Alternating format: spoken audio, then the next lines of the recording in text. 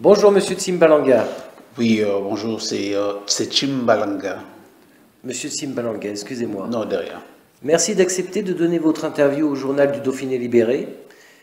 Au préalable, je souligne que vous êtes président de l'association Convergence pour l'émergence du Congo, une association française qui défend la cause de la République démocratique du Congo. Ma première question est la suivante. Monsieur Kabila reste au pouvoir, qu'en pensez-vous? Oh là, Kabila, c'est une carte périmée. Non, non, non. Kabila, c'est du passé.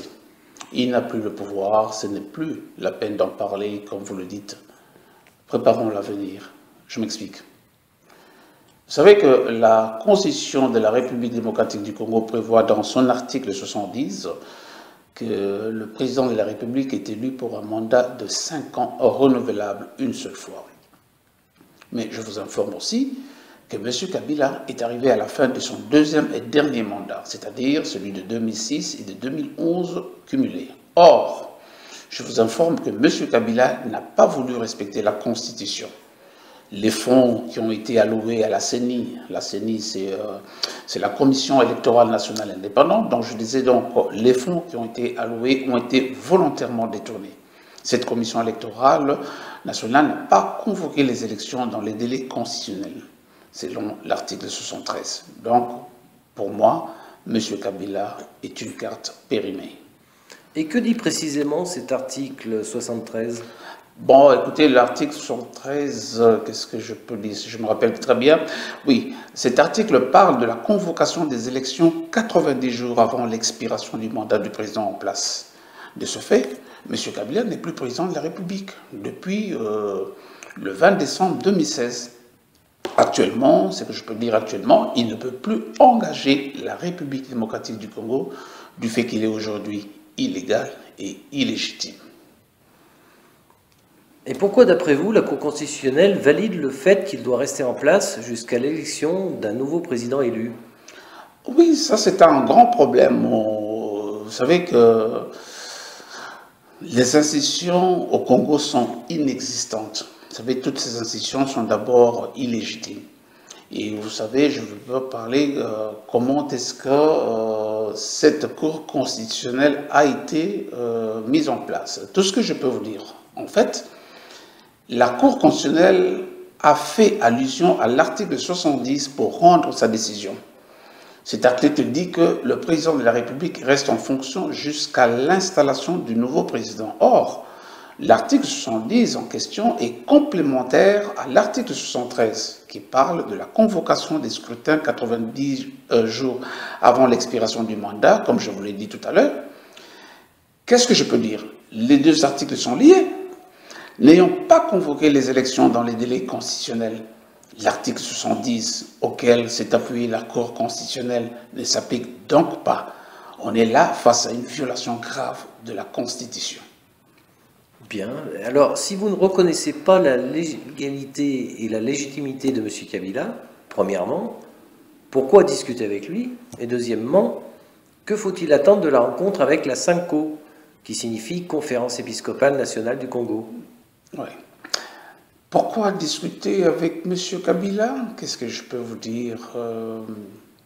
D'abord, s'il faut discuter avec lui, c'est tout simplement parce qu'il est en place. Il est là. Du fait qu'il est le président sortant, d'abord, pas autre chose. Il faut savoir que nous sommes en plein vide juridique au moment où je vous parle. La période de transition a déjà débuté de fait. Donc il est une période de transition de fait depuis le 20 décembre. Tout ce qu'il faut, c'est essayer de donner un cadre consensuel à ce vide juridique pour le combler. Et c'est de cela qu'il s'agit dans la rencontre avec les évêques de la CENCO. L'objectif est de préparer les élections à court terme, c'est-à-dire avant la fin de l'année 2017, pas autre chose. Et concrètement, est-ce que vous attendez une aide de la communauté internationale? Bien sûr qu'on a toujours besoin de l'aide de ses partenaires pour pouvoir mieux avancer. Et surtout dans cette période trouble dans laquelle nous nous trouvons, je pense que l'aide de la communauté internationale sera la bienvenue. Ici, j'aimerais parler personnellement au nom de l'association Convergence pour l'émergence du Congo dont je préside. Donc je tiens personnellement à remercier les États-Unis d'Amérique et l'Union européenne, notamment la France aussi, le pays dans lequel je me trouve, pour leur implication significative dans la recherche des solutions de paix dans la région des Grands Lacs en général et de la République démocratique du Congo en particulier. Je dirais même que les balais diplomatiques qui ont été déployés ces derniers temps ont permis aujourd'hui que nous puissions même arriver à ce dialogue au niveau de la CENCO pour concrétiser la résolution 2277 des Nations Unies sur un accord global inclusif. Donc voilà pourquoi je voulais justement,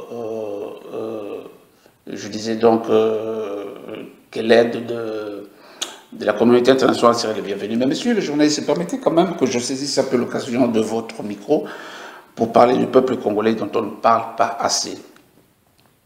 Ce peuple qui a souffert, ce peuple qui est meurtri dans sa chair, ce peuple qui a été mis sous l'obscurantisme, qu'on a empêché le droit de s'exprimer, ce peuple qu'on massacre tous les jours jusqu'à aujourd'hui, ce peuple qui a perdu plus de 8 millions de morts, ce peuple qui, ses filles de 6 mois à 80 ans ont été violées sans que le monde soit alarmé, sans que les projecteurs du monde entier soient quand même fixés sur la situation de la République démocratique du Congo, ce peuple qui, les populations sont déplacées à dessein pour se voir remplacées par des peuples venant d'ailleurs. Je voulais féliciter ce peuple pour sa résistance. Face à la volonté obscure de diviser le Congo, ils ont fait preuve de leur amour, de leur unité. Ce peuple a prouvé qu'il est indissociable. Ce peuple a montré qu'il était très uni et très fort.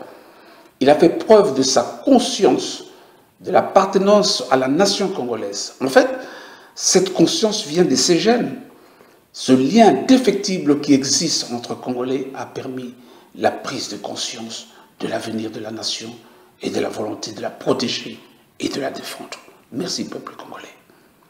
Monsieur Tsimbalanga, je vous remercie pour ce témoignage éclairé et très émouvant lorsque vous parlez de votre peuple. J'aurais une dernière question, car je crois savoir que vous avez été invité par les industriels de la Chambre du commerce de la région Rhône-Alpes. Et pouvez-vous nous dire de quoi vous avez parlé? Oui, mais bon, qu'est-ce qu'on a parlé? On a parlé de l'investissement au Congo, on a parlé de la possibilité d'investir au Congo, on a parlé de la nécessité d'échanges entre la France et le Congo dans le monde industriel de manière à créer des emplois.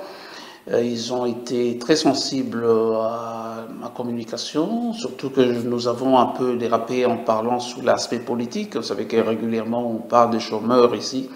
La République démocratique du Congo a 2 345 000 km², c'est-à-dire presque 5 à 6 fois la France, et que tous ces chômeurs, même s'ils arrivaient au Congo, ça ne peut que plaire au peuple congolais de pouvoir travailler ensemble avec. Mais vos chômeurs vont poser des questions. Est-ce qu'il y a la paix? Est-ce qu'il y a la justice? Ce sont deux facteurs importants qui permettent à ce qu'un peuple puisse se déplacer pour aller dans un autre pays. Voilà, c'est un peu autour de ça, autour de l'avantage que peut offrir aussi la République démocratique du Congo dans les investissements, les jours à venir, dont nous espérons que nous puissions amorcer les pas vers la paix véritable, la justice véritable, de manière à ce que nous puissions aussi recevoir des industriels français. C'est dans ce sens-là que nous avons discuté.